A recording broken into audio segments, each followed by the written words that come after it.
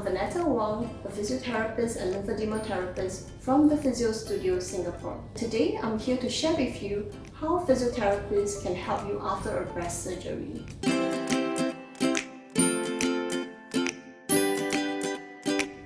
There are mainly 4 reasons why you will need to see me. And first, restrictions in the arm movement and function, mainly due to pain and tightness that develop after the surgery.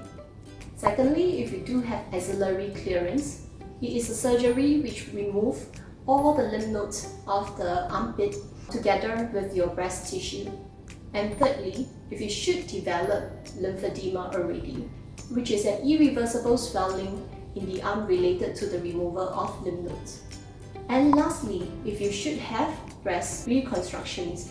Breast reconstruction may require muscle flaps from your abdominal or shoulder during the process, and that will cause some muscle weakness, which a physiotherapist can help you to regain your strength.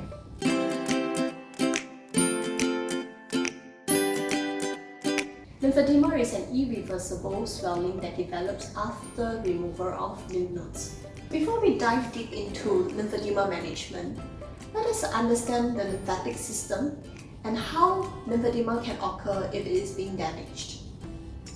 The lymphatic system is unique in everyone in terms of the number, location, and pathway of the lymphatic vessels and lymph nodes. It acts like a sewage system that helps to remove water and byproducts from our body, and it produces antibodies that helps us to fight the bacteria. However, after a breast surgery, it may be damaged because some of the lymph nodes and lymph vessels are being removed. On top of that, there might be additional treatments such as radiotherapy, which will further scar the tissue in the breast, and that could actually impede the lymphatic circulation even more. So when this damage surpasses the body's ability to function normally, that's when lymphedema will occur.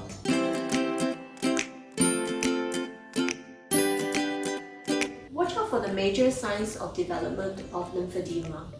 Mainly, number 1, a feeling of sensation such as heaviness, tingling sensation, numbness, pain, itch, tightness, tension. All these are early signs of lymphedema. Another major sign is when you actually develop swelling that comes on and off with a particular activity or exercise.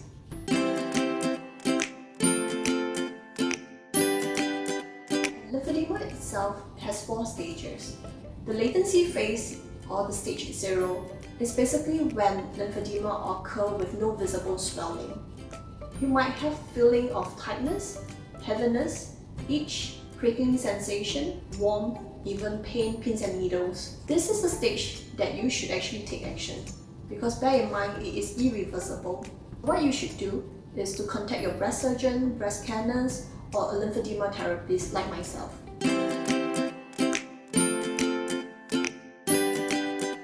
There are a number of risk factors that will increase the chance of developing a lymphedema, or even to make your existing lymphedema worse and harder to treat. Let us look into what you can do and what you can't in order to prevent this from happening. Mild exercises such as swimming, walking, and gentle cycling can help your lymphedema. That is because the muscle contraction will help to push the fluid back into the lymphatic vessels. Try to maintain a low-fat, low-salt, high-fiber, and high-fluid intake diet, as being overweight can actually worsen your lymphedema. Do wear a compression sleeve and exercise when flying. That is because the cabin pressure in the large plane is reduced below the atmospheric pressure, and that can cause fluid to leak out of the blood vessels into the tissues, leading to swelling.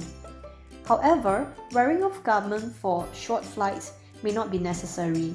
Avoid carrying a purse, a shopping bag, or wearing of jewelry that constrict around your wrist or your finger, because when you do so, it can actually cause the muscles to be in constant contraction, and that will prevent the entry of the lymph into the lymph vessels.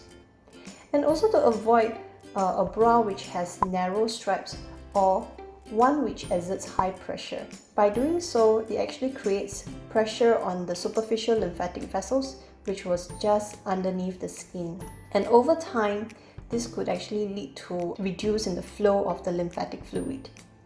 Avoid long periods of total inactivities because our skeletal muscles is important in helping our lymph vessels to propel the lymph fluid in it. Avoid strenuous exercise unless you are already exercising at high level prior to the surgery.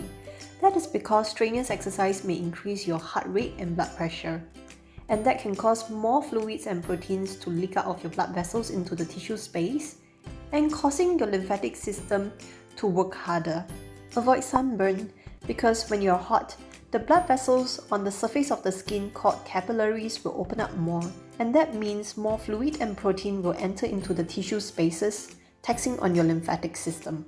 Avoid hot sauna or onsen, as the rationale is the same as sunburn, and if you do enter into a spa, make sure that the temperature is not too hot, and if possible, keep your affected arms out of the water. Avoid cuts and scratches of the skin, especially in your affected arm, because that invites germs into your body, and this infection can greatly increase the lymphatic fluid in the affected arm, leading to arm being swollen.